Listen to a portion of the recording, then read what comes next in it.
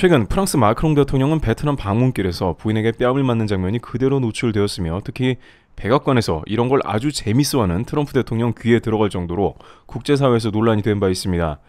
board a plane that showed the First Lady of France slapping her husband, Emmanuel Macron.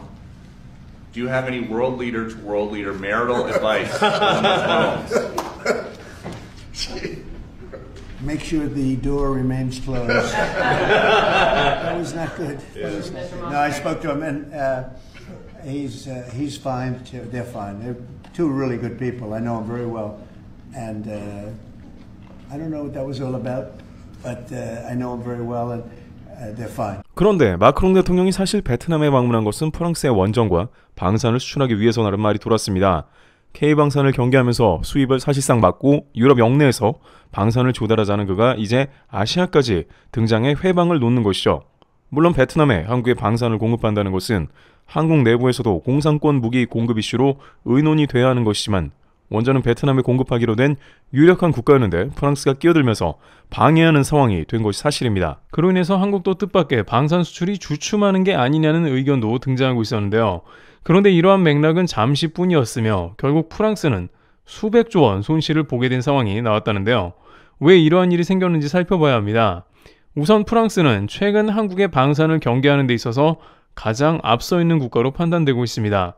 마크롱 대통령은 지난 5월에 유럽 최대 방산 전시회 유로 사투리를 프랑스에서 개최를 앞두고 대놓고 K방산을 꼭 해야 하냐면서 한국을 콕 집어서 경계하는 발언을 했습니다. 대통령이 대놓고 이렇게 발언할 정도라면 유럽연합의 밀실 외교에서는 무슨 말이 오가는지 뻔한 상황이죠. 당시 한국에서는 마크롱 대통령의 이러한 행동을 두고 설마 방산에 영향이 있겠냐는 반응을 보였습니다. 러시아가 전선을 확대하는 가운데 유럽에서는 더욱더 방산의 수요가 급해지는 흐름에 있었기 때문입니다. 폴란드는 물론이고 루마니아 등에서는 K9 자주포, K2 전차, 천모에 이르기까지 서로 매우 급한 상황이고 이제 유럽뿐만 아니라 중동과 동남아에 이르기까지 한국의 방산의 신뢰도가 급상승해 수요가 높아졌습니다. 결정적으로 이제 미국 내에서 한국이 조선소를 인수하고 북미 지역의 함정과 잠수함 등을 건조한다는 것은 한국의 방산이 미국으로 인해 검증되었다는 신뢰를 주기 때문에 한국의 방산 운신의 폭이 커졌음을 의미합니다. 그런데 그럼에도 불구하고 최근 유럽 각 국가에서 결정되어져 나온 사안은 심상치가 않은데요. 우선 K9을 구매하기로 했던 슬로바키아에서는 돌연 프랑스 자주포로 등을 돌리는 모습이 나왔습니다. K9 자주포의 영향이 절대적인 동유럽에서 이런 여유를 부리고 있을 때가 아닌 상황임에도 불구하고 슬로바키아 역시 한국에 국방 사절단만 보내는 등 간만 보고 나서 프랑스 자주포 세자르로 갈아타려 합니다. 세자르 자주포인 경우에 차륜형으로 한국의 궤도형과 뚜렷하게 다른 점이 있지만 이 역시 매우 의외입니다. 폴란드, 루마니아에 이어서 우크라이나 인근에 있는 슬로바키아가 그런 결정을 내린 것이 당황스러운데 당장 러시아, 우크라이나가 전선을 계속 확대하려고 하며 이는 슬로바키아에도 직접적인 영향이 있습니다. 물론 트럼프는 궁극적으로 푸틴 대통령을 만나서 탑다운 방식으로 전쟁의 휴전을 제안할 수 있습니다만 푸틴은 미국의 지원이 줄어든 틈을 타서 우크라이나 영토를 훨씬 더 확보하려고 들 수 있다는 점입니다. 그러다 보면 폴란드, 루마니아 등 주변국 등의 안보가 취약해지면서 군수물자가 절박해지게 되는 것이죠. 이 가운데 여유롭게 프랑스에 자주포를 들인다는 생각을 하고 있으니 슬로바키아 행보가 황당한 것이죠. 이에 대해 군사계에서는 이는 마크롱 대통령을 비롯한 유럽연합의 본색이라는 의견을 강조합니다. 그들이 유럽 영내의 방산을 구매하자고 암암리의 외교 뒷문에서 협의를 강화하고 있다는 것입니다. 실제 이탈리아는 독일과 프랑스 연합 전차 KNDS에 500대가량의 전차를 발주하려고 했다가 이들의 만성적인 납기 문제와 가격 등으로 인해서 포기하고 한국의 K2 전차가 물망에 올라 있었습니다. 하지만 결국 이탈리아는 다시 독일의 라인메탈 링스 전차를 포함 500대를 발주할 걸로 MOU를 했죠. 심지어 이들 전차는 개발조차 되지 않은 차세대인데 G7 국가 이탈리아는 한국은 선택지에 놓지도 않았습니다. 500대의 가격은 30조 원대로 한국보다 무려 3배가량 비싸고 납기는 아예 정해지지도 않은 전차임에도 무조건 유럽끼리 거래하자는 분위기가 감지되면서 한국 입장에서는 김이 새는 상황이 나온 것이죠. 게다가 심지어 K9 운용국인 핀란드조차도 자주포를 자체 개발로 돌리려는 모습이 등장하고 있습니다. 전세계 K9 클럽 멤버인 핀란드는 혹독한 겨울에서 한국의 자주포의 위력을 실감하고 있는 국가이지만 그들은 차세대 자주포를 자체 개발 혹은 유럽연합에 기대는 수순으로 가는 방향을 설정했다고 보여집니다. 핀란드 소식통에 따르면 이들은 K9에 대한 추가 주문보다는 새로운 자주포를 드릴 것으로 예상했습니다. 이 정도 되면 한국 입장에서는 유럽에서 신규 고객은 물론 기존 고객조차도 슬슬 발을 빼는 게 아니냐는 의견이 나오죠.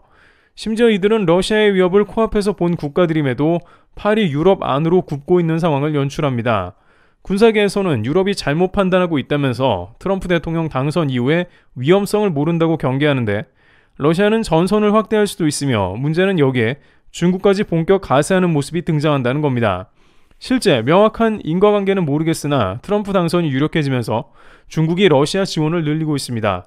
중국은 최근 러시아 동맹인 벨라루스와 군사훈련을 시작했고 이는 명백한 유럽에 대한 경고입니다. 러시아를 비롯한 중국연합은 더욱 활개를 치고 군사 분야 협력도 매우 깊어질 것으로 예상됩니다. 따라서 이 상황에 하나라도 자국의 안보를 고려해 K방산을 확보해야 하는 국가들이 이러고 있는 것이죠. 그러나 프랑스 마크롱 대통령은 이런 행보에 한박 웃음을 짓고 있는 것으로 파악되고 있습니다. 한국의 K9 대신에 프랑스의 카이사르 자주포가 팔리는 등 유럽에서 자신이 의도한 대로 흘러가고 있기 때문입니다.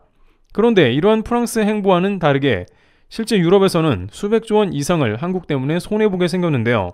크게 두 가지 이유로 그 이유가 나눠지는데 첫 번째는 바로 한국의 원전 수주입니다. 일각에서는 한국의 원전이 덤핑 수준으로 해서 수주를 해서 크게 손해봤다는 시각이 존재하고 있습니다. 프랑스의 절반 가격에 발주를 했으며 도저히 체코 입장에선 수주를 거부하기 힘들었다는 말이 나오는 것입니다. 체코도 유럽 역내 거래를 선호했을 수 있지만 가격이 이렇게 저렴하면 어쩔 수 없는 상황이죠. 그런데 이에 대해서 전혀 예상 밖의 해석이 나오는데 일단 러시아로 인해 한국이 큰 이득을 봤다는 겁니다. 러시아가 전쟁을 일으킨 직후에 많은 국가에서는 러시아 원전을 매우 꺼리게 되었습니다. 예전에는 러시아 역시 저렴한 가격을 앞세워 한국보다 훨씬 유리한 고지를 점령하는 모습이 나왔으며 실제 터키를 비롯해서 복수의 국가가 한국을 제치고 러시아를 택하는 모습이 등장하기도 했습니다. 하지만 러시아는 서방과 척을 졌기 때문에 원전에서 많은 부품 등을 수월하게 공급하기는 어려워졌는데 놀랍게도 여기에서 한국이 매우 유리한 점이 있으며 프랑스도 도저히 한국을 이기지 못한다고 합니다. 일단 한국은 공급 체계가 단일 국가 내부에서 해결해 시스템적으로 매우 안정이 되어 있다는 점입니다. 프랑스와 러시아 원전 같은 경우 프랑스 기업과 다국적 기업이 연결되어 일 처리를 해야만 합니다. 하지만 한국에서는 두산을 비롯해서 한수원 등 여러 기업이 모두 한국에서 단일 프로세스로 처리가 가능합니다. 실제 프랑스 원전은 영국에서도 문제를 일으켰고 기타 국가에서도 수년간 고장나 있기도 했습니다. 애초에 여러 국가가 개입되어 있으니 원전 문제를 빠르게 해결하지 못한다는 치명적인 단점이 있었죠. 또한 한국은 러시아와 같이 서방의 제재도 받지 않아 부품 수급이 훨씬 원활하니 일 처리가 당연히 빠르며 이 가운데 유일하게 체코에 5년 내에 원전을 건설할 능력이 되는 업체로 분류되면서 단연 뛰어났던 것입니다. 쉽게 말해 일단 러시아가 스스로 자폭하면서 원전 시장에서 밀려나 한국이 올라온 셈이고 프랑스는 애초에 한국과 경쟁이 되지 않는 상대이니 앞으로 원전 시장에서 계속 밀려나는 것이죠. 구체적으로 한국의 원전 건설 단가는 프랑스에 비해 상대적으로 매우 낮습니다. 예를 들어 한국의 신고리 3, 4, 5기 건설 단가는 프랑스에서 최근 지어진 원전들보다 절반 이하입니다. 여기에 공사기간으로 치면 한국은 원전 공사기간을 60개월 정도로 맞출 수 있는 능력이 있는데 이는 메인기기를 비롯한 주요 기자재들을 빠르고 효율적으로 공급할 수 있는 서플라이 체인을 국내에 잘 갖추고 있기 때문이죠. 국내의 각종 중공업, 플랜트 엔지니어링 등 전 세계로 뻗어나가는 대기업들이 서로 협업하고 있습니다. 실제 관계자들은 대부분의 원전 관련 기자재 업체들이 한국에 밀집해 있다고 전하면서 원전 건설에 필요한 장비와 부품을 제때 공급할 수 있는데 이는 원전 공사 기간을 단축하고 비용을 절감하는 데 큰 역할을 해 프랑스와 가격 차이가 크게 벌어지게 하는 주요 원인으로 지적하고 있습니다. 일각에서는 가격이 절반까지 차이가 나는 것은 한국이 제살 깎아먹어서 그런 게 아니냐고 하지만 실제 프랑스의 비율을 생각해 본다면 그러한 가격 차는 실제의 차이가 반영된 것으로 보입니다. 대만의 TSMC가 낮은 인건비와 더불어 효율적인 산학 시스템으로 운영되어 세계 반도체 1위가 되었듯이 한국의 원전 역시 한국 특유의 원스톱 시스템 체계가 작동하니 따라올 수가 없다는 해석입니다. 이러한 한국 컨소시엄은 주기기 제작, 설계, 연료 공급, 운영 등 모든 분야에서 앞서 논의된 대로 단일국적으로 이뤄져 있어 협업이 매우 원활하다는 것입니다. 프랑스 컨소시엄은 난해하기 이를 데 없는데 왜냐하면 다국적 협력으로 이루어져 있기 때문이죠. 결정적으로 한국은 이미 여러 해외 원전 프로젝트를 성공적으로 수행한 경험이 있고 대표적으로 UAE 바라카 원전 프로젝트는 한국이 해외에서 수행한 대표적인 성공 사례라고 평가받습니다. 여기에 앞서 설명한 대로 러시아까지 스스로 전쟁을 일으키며 나가 떨어졌으니 도움이 되는 것이죠. 산업계 차원으로 보자면 러시아는 이번 전쟁을 일으켜 한국의 방산과 원전 산업 발전에 크게 기여한 셈이 되었죠. 일부 채널에서는 유럽에서는 현재 원전은 물론이고 SMR 소형 원전 모듈의 보급이 매우 커지는 상황인데 이는 친환경 에너지 전환이 생각보다 매우 느리고 비용이 천문학적으로 소요되는 것이기 때문에 상대적으로 안전한 소형 원전은 매우 활성화될 것이며 원전 시장도 줄어들 기미가 안 보인다고 했습니다. 즉 프랑스가 한국에서 방산을 막았다고 좋아하지만 결국 원전에서 수백조 원 수주를 빼앗길 수 있으며 그렇다고 한국의 방산이 막히는 것도 아닌 것이 미 블룸버그에서는 결국 K2와 K9이 유럽을 지배하며 한국의 방산은 전세계 4강으로 가는 것이 거의 확정적이라는 의견을 내놓고 있는 상황입니다. 한국은 자국을 지키려고 군수물자를 생산하는 국가이기에 방산이 더욱 고도화되기 때문이죠. 이와 같이 유럽에서는 한국을 저지하려고 애쓰지만 오히려 한국의 영향력은 매우 커지고 있는 상황입니다. 프랑스 마크롱 대통령이 아무리 유럽 영내 거래를 하자 외쳐도 그 의도대로 절대 되지 않고 있는 흐름입니다. 트리블TV였습니다. 감사합니다.